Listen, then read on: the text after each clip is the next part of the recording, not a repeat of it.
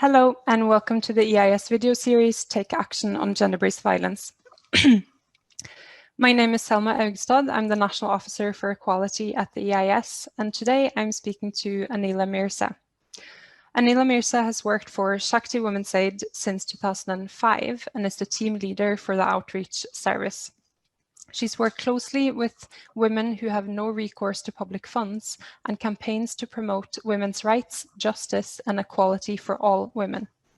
She has an in-depth knowledge of issues related to BME migrant women. And throughout her 15 years at Shakti, she has been involved in delivering and organizing various projects, including training sessions and conferences to raise awareness about the challenges faced by BME women. She is the project initiator and co-editor of Real Women, Unheard Stories based on true stories of women supported by Shakti Women's Aid. Anila, thank you so much for being here. Thank you very much, Selma. Yes.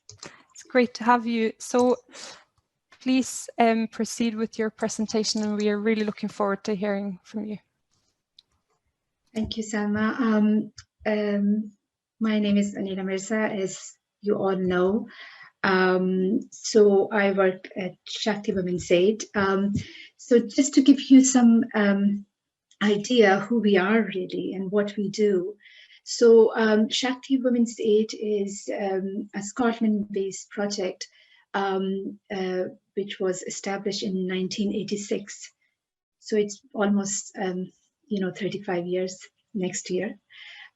So Shakti is a Sanskrit word, and it means strength. So to me, it's related to the Shakti goddess, which means the empowerment of women. So we see in that way, and I think that's the kind of ethos we take it, to empower women, to lift each other up. So at the moment, we have 24 staff members, and we speak 18 different languages, and some of the languages you can see here on the screen. Our main office is in Edinburgh, but we do have outreach service, and that's what I lead. So our outreach service is in these areas. So we are in Tayside, Aberdeen, Stirling and Forth Valley, Fife, and all the Lothians. We also have a new project which started last year. It's a BME or BAME LGBT plus, I would say, project. And this is the first time any Women's Aid started to do something like that. And I think we might be the first BME Women's Aid who kind of working with LGBT BME women, young people, and children. So just to give you a bit of stats here, so in 1 year, this is the last year, and this year would be different because there is a huge increase due to, as you all know, COVID-19. So last year we had about 543 cases. So I forgot to mention children here. So there is a huge number of children we support as well.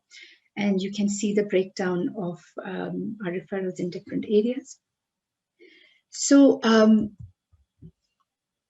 in 1986, some women of color thought they needed an organization to represent them. And the reason for that was they felt that their needs were not met in the mainstream organizations. And there was lack of an awareness about the issues faced by BME women. So that was the reason Shakti came into being. And unfortunately, we've been here for years and we still face those issues. And that's why, part of my job is to raise awareness about those issues and how we can tackle them. So we start with the definition of domestic abuse. So it's so important that we look at the definition, which is, you will see, if you look at the general definition of domestic violence, a very general definition would be any threatening behavior from your partner or ex-partner. So it could be any sort of behavior. You include, sexual violence there, psychological abuse there, emotional, coercive abuse, and obviously the physical violence or abuse. But when you come to BME, when you look at the BME context here, so yes, domestic abuse is always domestic abuse, but for our BME individuals, it's not just your partner or ex-partner or husband or ex-husband. It could be anybody in your family or in your extended family or your in-laws. So if I can show a diagram here, which kind of shows how it's like for BME women, or how we can explain domestic abuse within BME perspective, is you can see BME women in the center, and abuse could be from any of these people around them. So you can see the community, it could be from your extended family members, your own family, or your in-laws. Yes, your partner, ex-partner, husband, ex-husband is there. It could be family abroad. It could be your mosque, temple, or church. So to understand this concept of domestic abuse within BME perspective, we really need to understand one thing, which is concept of honor. That's, I would say, if you really understand, what honor means to, BME communities, you will understand how domestic abuse can have an impact on individuals. So if I have to explain honor to people, I have a very simple way to explain. It's a very fluid concept, just to remember that. And when we talk about BME communities, it's not one community we're talking about. So there is a whole diverse range of that. So to just bear that in your mind. And so honor would be a set of codes. And it could be different in different families, different communities. But the thing is, the most important thing to remember is that if you are in breach of that honor code, you are in trouble. So it's simple as that. We believe it's a patriarchal tool, and it's there to control women. So it's all about women's sexuality. It's all about purity. So women have to be pure. They have to be virgin before they get married. So people need to understand that a lot of BME communities, sex outside marriage is not allowed. And, you are expected to be married before you can start your physical relationship with anybody. And marriage is very, very important still in BME communities. So if you're in breach of any of these rules or codes set by your family or community, you are in trouble. And it could be severe or it could be mild. But it has an impact on people's mental health and so many other aspects of their lives. So be aware of that. I'm not saying that honor-based abuse doesn't affect men. It does as well. But what I've seen working in Shakti, that consequences are far more severe for women than it's for men. So honor-based abuse, who could be at risk? So we see that we see a pattern, while we've been working here at Shakti, that somebody dressing against their own religion or culture could be honor-based abuse risk. Having a relationship with somebody not approved by the family and community could be a risk factor. Sexual orientation could be a huge risk factor. And that's the reason we started our new LGBT project, because we understand there are a lot of young people, especially, could be at risk because of who they want to be or who they are. And there are some other risk factors. You can read it here, and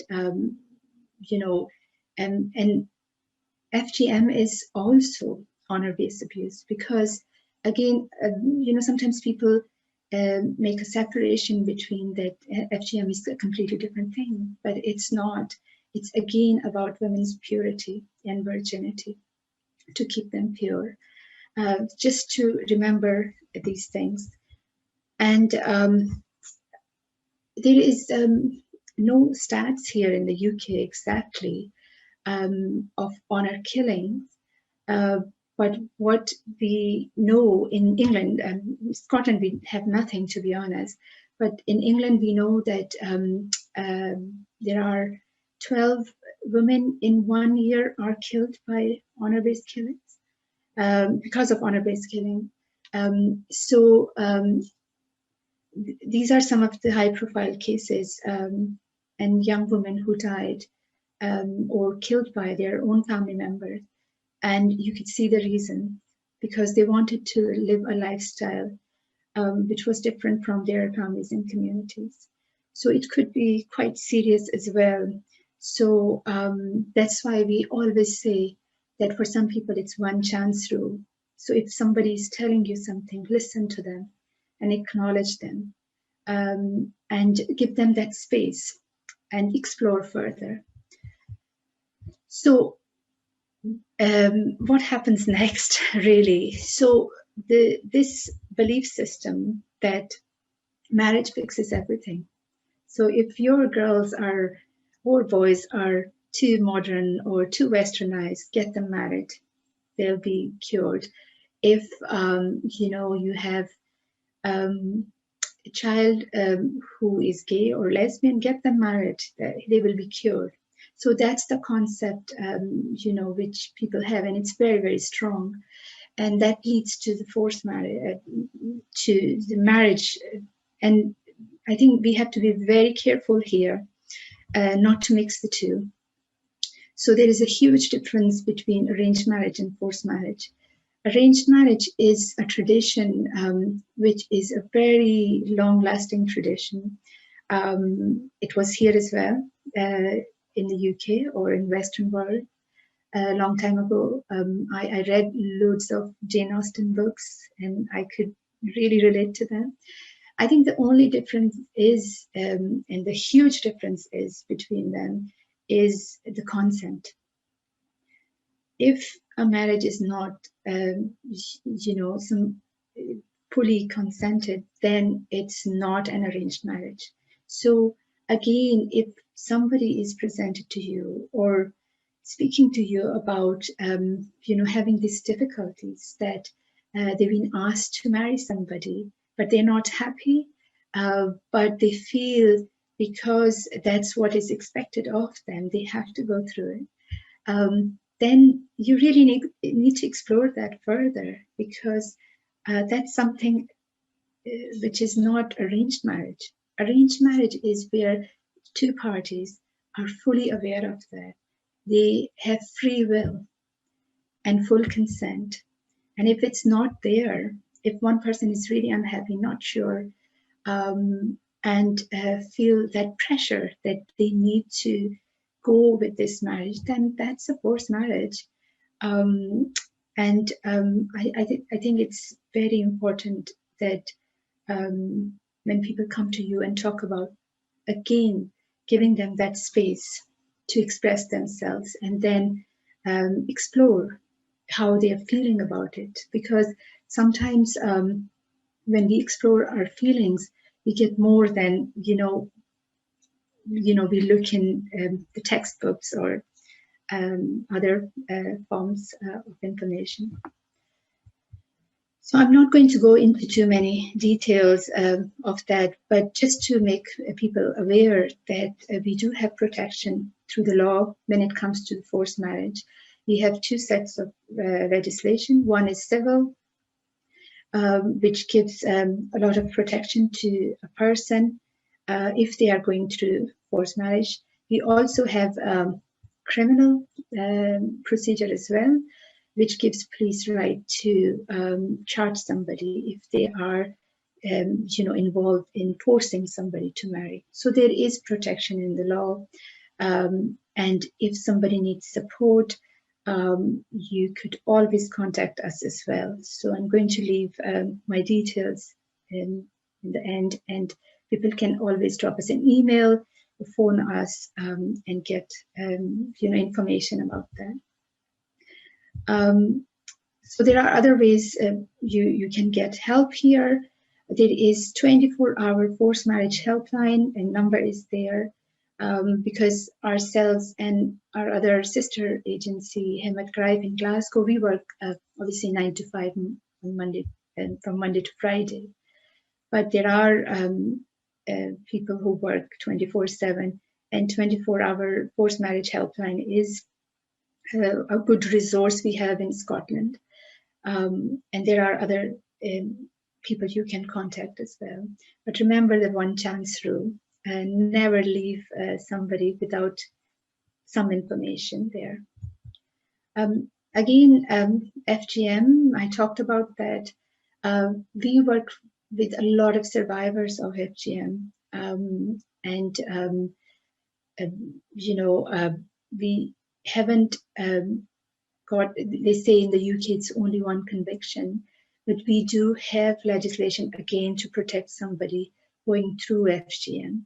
So again, if somebody comes to you, contact us. There are other agencies, police, social work, you can contact as well. Because I know I have short time, so I thought it's very important that we talk about the barriers. So when it comes to domestic abuse and BME women, I think the biggest thing is the barriers we face here. And that's the reason Shakti was kind of established. And like I said before, we still face those barriers. So it says on average, a BME woman goes to 17 different agencies before receiving the help she needs. And this is true. Working in this sector, I've seen a lot of discrimination and a lot of institutional discrimination. So I just wanted to briefly talk about internal and external barriers. So, a lot of women we worked with, and including myself, I come from another country as well. I'm a migrant myself. There are barriers, there are fears. So these are some internal kind of barriers or conflicts women have. It's honor is the big thing, that nobody wants to bring shame to their family or community. Leaving abusive relationship or leaving your marriage can bring shame to the family. And for some people, it's a life-threatening situation.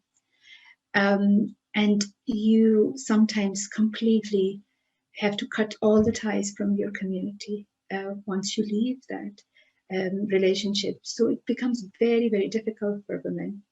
So sometimes they choose to stay in that relationship. There is a fear of racism and prejudice, negative prejudice, and it's real. It's not something which is not real. You have to be migrant to understand the challenges of migrant people. And isolation is a big factor. I worked with a lot of women, and I remember one woman, she went through horrendous form of abuse. And, I was speaking to her, and we found a refuge space for her, and she was ready to move into a safer accommodation. But she was really, really upset, and she decided to go back with her abusive partner. And I asked her why, and her answer, I still remember it, that he's the only one I know in this country. So isolation is a big, big thing here for women. Again, language could be a barrier, although I think it shouldn't be a barrier because we should have resources available to overcome that barrier, but it can be still a big barrier. And women not knowing where to go, not having knowledge of the services available to them, or poor experience of confidentiality. And the biggest problem we have is immigration issues. So women who have no recourse to public fund, I've been involved in campaigning for that for years, and it's still the case, unfortunately. So fear of deportation and abandonment is a huge fear women have. So now we're going to look at some of the external institutional barriers. So yes, there is language barrier, always.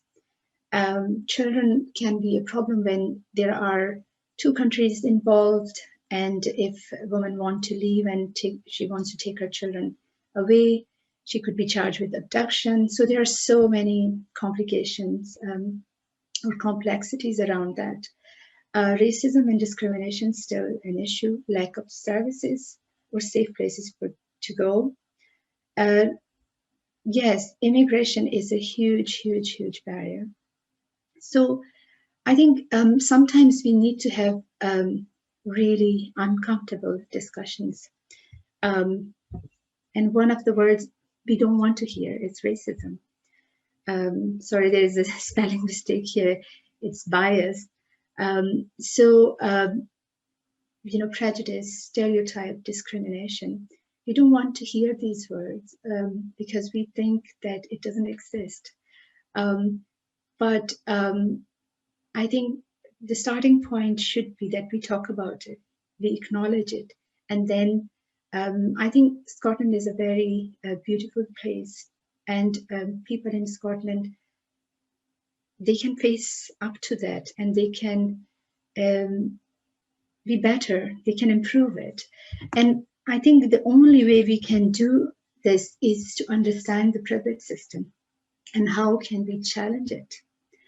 And if we look at it, if I want to explain what privilege looks like, I'm going to share the story of Saad.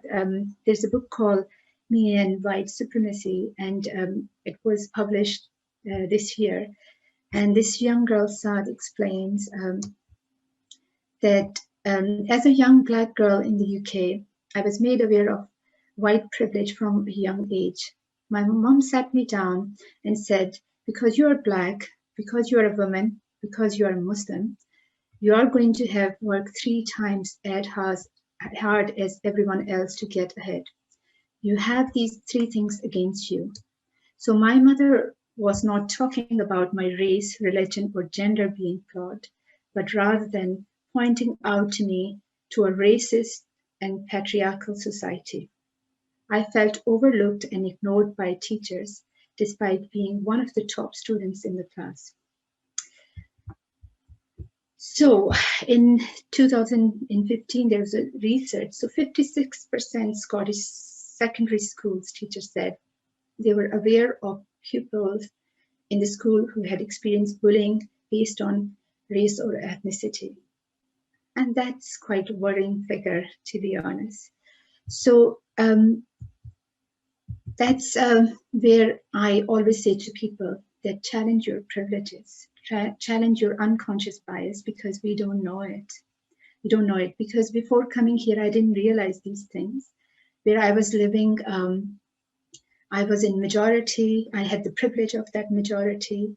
But later on, I realized that I had to challenge my privileges to understand the disadvantaged group. So if we want to achieve social justice or gender equality, we have to work harder here. Because when it comes to BME women, it's not only gender inequality we face so many other discriminations. So it's layers and layers of that. So just to make you aware. So assisting BME women experiencing domestic abuse. So that's what we do, to be honest. So women are always in the center, and women and child. And we look at their safety, safe accommodation, finance, and that goes with language and cultural support. An idea is to kind of, empower them. And there is a lot of emotional and mental health support involved there. Obviously, we kind of look at legal and immigration side of things as well. So it's kind of holistic approach we have, and it's very person-centered. So the idea is to give power back to women and children. and make them empower so they can make informed choices. They can make their own decisions. Yes, we still have a biggest challenge of women who have no recourse to public funds. I like to talk about them always because I still feel that Shakti's been here for almost 35 years and this challenge is still there. So what happens normally is a woman comes to us and first thing we ask, what is your visa status? Because my response is changed on the basis of what visa she has, because if she doesn't have access to public funds, how I'm going to offer her housing? So there are so many women who are left in abusive relationship or in a very vulnerable situation because of this. And this shouldn't be like that. If we want to achieve equality, it has to be for everybody. We can't be selective with equality. So they don't have access to all these things, which can leave them in a very, very difficult situation. So always remember that our first response is crucial to anybody, any vulnerable person. So I have two examples here. One is one of the women I supported, and she said to me, I told my teacher that my family was taking me away to Pakistan to marry, and I might not come back after summer holidays. She said, is this not part of your culture to marry at this age? I wish she could help me and I didn't have to go through such ordeal. So this girl told me that she was actually shut down completely after her teacher's comment because she kind of reinforced the idea she heard all her life that women should behave in certain way. And there's another example. Jaswinder Sanghera is a very famous author. She's a HPA forced marriage survivor. She set up an organization called Karma Nirvana in England. And she said, I was 14 when I left home due to risk of a forced marriage. I went to my local police station and spoke to a police officer. He listened and believed me, and that changed my life. So remember, for some people, it's only one chance. So just to recap now, FGM and forced marriage are harmful practices in the name of religion and culture. No religion endorses FGM or forced marriage. It's people's perceived ideas about their culture. So be brave to challenge these ideas because you will be saving somebody's life. Don't be fearful to ask questions to women and explore further. Be aware of your own prejudice and biasness because we always start from ourselves. We need to educate ourselves. Do not share information without the consent of the women. Interpreter, be careful. You need to get consent from women or they need to be aware of who you're using. So yes, there are other things. Sometimes people do not prefer somebody from their own culture just because their previous experience of confidentiality breach. So that's all from me just now. And this is the book, Real Women Unheard Stories, which was published in 2017. It's completely sold out, but if we have an online version, I can let people know. And these are our details. If you ever want to contact us or have any question, please drop us an email or phone us. We'll be happy to assist you. Thank you so much, Anila. That was really interesting, especially so helpful just to hear you unpack some of that intersectionality between racism, immigration issues and patriarchy, that interplay for BME women, children, young people, and create those additional barriers on top of what is already an incredibly difficult situation. I was hoping that you might be able to expand a little bit on what teachers can do. So what could teachers do if they have concerns about a pupil who might be experiencing domestic abuse or gender-based violence in the home? Yes, I think they can do a lot because for some children, their their institutions or wherever they're getting education is the safe space, and that's where we can find solution for them as well, or sometimes actually giving them that space to express themselves or feel that they are supported. It's everything.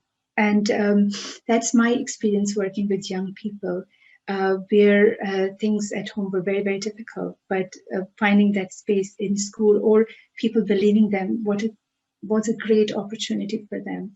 So I think, first of all, believing them and listening to them. And I think that's total common sense, but that makes a huge difference in anybody's life because you're believed and you're listened to. Other thing is people can do, they have to educate themselves about other cultures.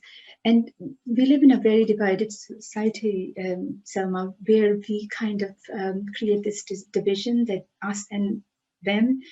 I think, first of all, we have to challenge that.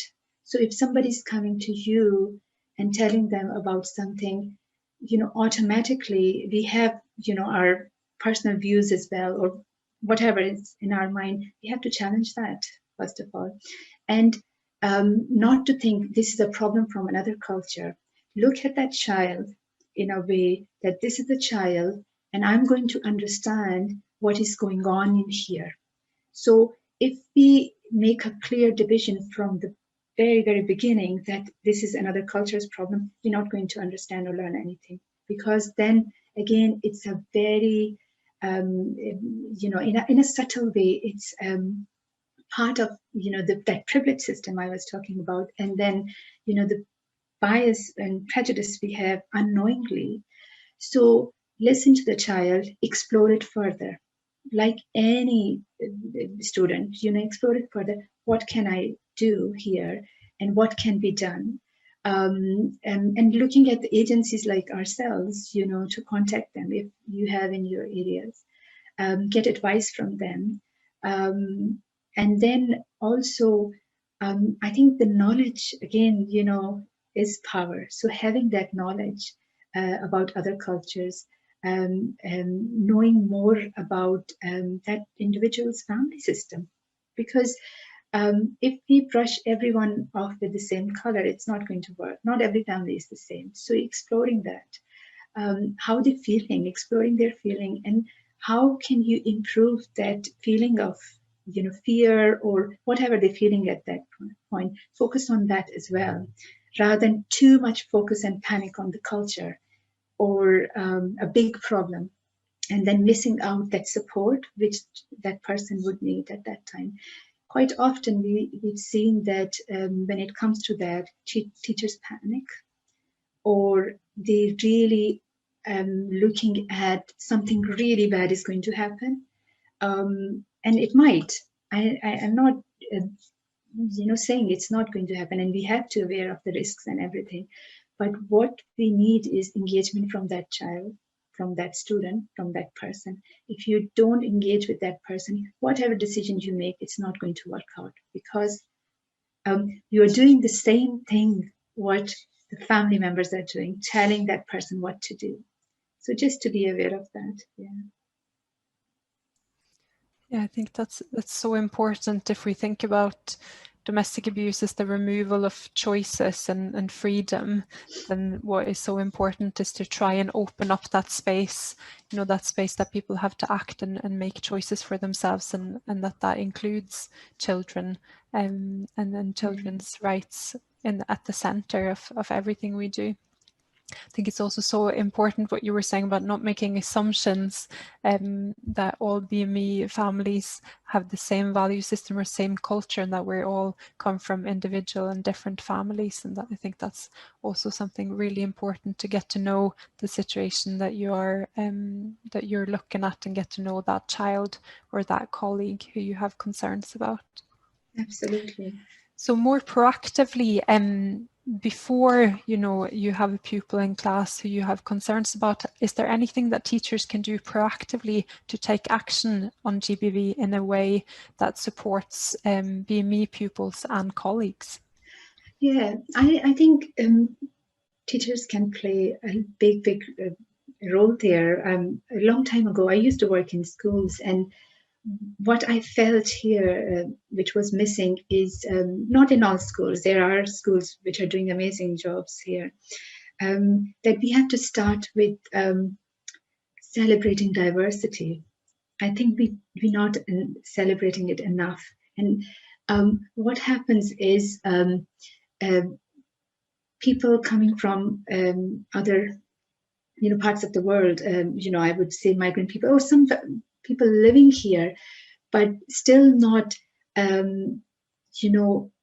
finding sense of belonging.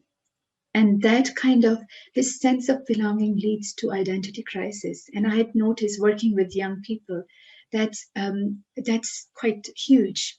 And when you're not belonging somewhere, when your culture is not celebrated, you are always going to be outsider. So, and you would feel that way. So how you make things inclusive, first of all, you need to do that. Celebrating the diversity, bring that inclusive culture into all institutions, to be honest. And then talking about healthy relationships, I know that there is a huge movement on that. But when you talk about healthy relationship, are you talking inclusively? Are you talking about different ways of lives or people living in this country? So I think these are the things we need to look at, and also brave enough to challenge those who you think not to be a bystander. Challenge those ideas and challenge those views which we feel that the killers of inclusive society. So I think we have individual responsibility and collective as well to overcome these challenges. Yeah. It's really helpful and so great to hear about some real examples of how this can be done in schools proactively. In challenging, challenging gender-based violence or seeking to support someone, is there anything that people should be careful about in terms of not increasing any risks to a young person or a woman who's experiencing domestic abuse or gender-based violence? Are there any tips for how to ensure that's done safely? Yes, I think what we face in terms of BME young people, a lot of times that they come to you and they're very unhappy, but not knowing why they are unhappy, because what they heard is all the time is that's your role, especially young women. As a woman, this is your role. And I think that's why it's so important, like I said before, that to challenge those ideas and bring these topics in the class when we talk about healthy relationship, that and talking about your choices and power dynamics as well, in relationships. I think the key thing is, if you're working with anybody and giving them that space to explore their emotions, and then for you to have knowledge about what's actually going on is the key to understand that scenario. There are cases which will be quite risky, and but having that honest approach with that person matters really. So you're speaking to them, but at the same time, you make them aware, I care about you. And if there is something which is, harm and risk to you, I have to take that further. But if quite often it happens that we are trying to get information, but we're not having that honest conversation with people. So yes, there will be time when things will be, or we will feel that there is a risk and we have to take it further. But at the same time, we can have that honest approach we can give space to people and explore their emotions, and also explore our knowledge as well, that we are getting it right or we are making assumption here. Yes. So helpful, Anila. Thank you so much. I'll let you go, but first, are there any further resources, reading or videos online, anything else that you want to mention that teachers might benefit from on this issue? There are a lot of resources, to be honest, out there. But at Shakti, we kind of provide, trainings and workshops, especially our children's project and LGBT project. They want to deliver, healthy relationships, for example, workshops and talking about LGBT children workshops in schools. So if you ever feel you want to organize something like that, we are here to help you. Like I said before, please do contact us. And in my presentation, there is a list of some useful resources as well, if people want to take a look at that as well. Yeah. That's great. Thanks so much. We'll definitely put all of those resources up with the recording from today, just on the website, so that people can access those directly. Yeah, thank you so much, Anila. This was very, very useful. I'm sure members will really benefit from it. Thank you very much for having me. Thank you.